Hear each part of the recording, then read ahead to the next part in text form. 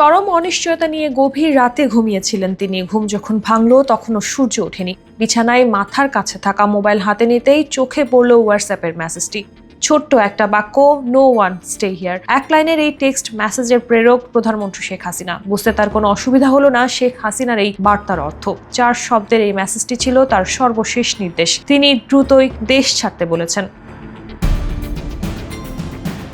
আগের দিন 3 আগস্ট পারিবারিক মাধ্যমে আত্মীয় স্বজনদের একই বার্তা দিয়েছেন তৎকালীন প্রধানমন্ত্রী শেখ হাসিনা। এবার নিজেই মোবাইলে টেক্সট করে সেই নির্দেশ দিলেন স্বজনদের। সাবেক প্রধানমন্ত্রী শেখ হাসিনার এক আত্মীয় সম্প্রতি এই তথ্য জানিয়েছেন তার ঘনিষ্ঠদের। তাদের একজন গণমাধ্যমকে বলেন, দেশ ত্যাগ করতে না পারলে এখন তাকে জেলে থাকতে হতো।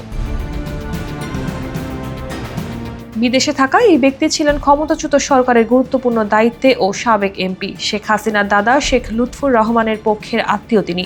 মোবাইলে নির্দেশ পাওয়ার দিনই গত বছরের 4 আগস্ট কারফিউয়ের মধ্যে তিনি পরিবারের সদস্যদের নিয়ে দেশ ত্যাগ করে অস্ট্রেলিয়া চলে যান। এই আত্মীয় আরও জানান, শুধু বঙ্গবন্ধু পরিবারের সদস্য এবং নিকট আত্মীয়দের এই বার্তা দিয়েছিলেন শেখ হাসিনা। তৎকালীন শাসক দল আওয়ামী লীগের কোনো নেতা কিংবা তার সরকারের অন্য কাউকে দেশ ছাড়তে বলেননি তিনি।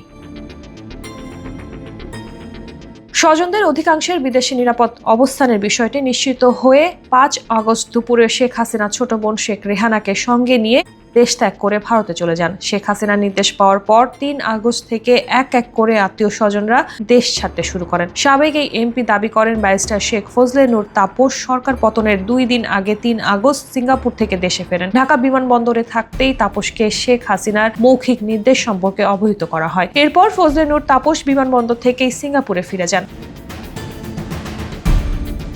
এদিকে পুলিশের ওপর ভরসা থাকলেও শেখ হাসিনা নিশ্চিত হন, ছাত্রদের আন্দোলন দমন করা এখন সম্ভব নয়। তার নেতৃত্বাধীন সরকার আর টিকে থাকতে পারছে না। এরপর নিজের বংশের লোকজন এবং নিকট আত্মীয়দের দেশ ছাড়তে মোবাইলে মেসেজ পাঠান তিনি। তার মতে, শেখ হাসিনা 75-এর 15ই আগস্ট এবং তখনকার পরবর্তী পরিস্থিতি পুনরাবৃত্তির আশঙ্কা করেছিলেন। এ কারণে জীবন বাঁচাতে আত্মীয় স্বজনদের ওই মেসেজ পাঠিয়ে দ্রুত দেশ ছাড়তে বলেন তিনি।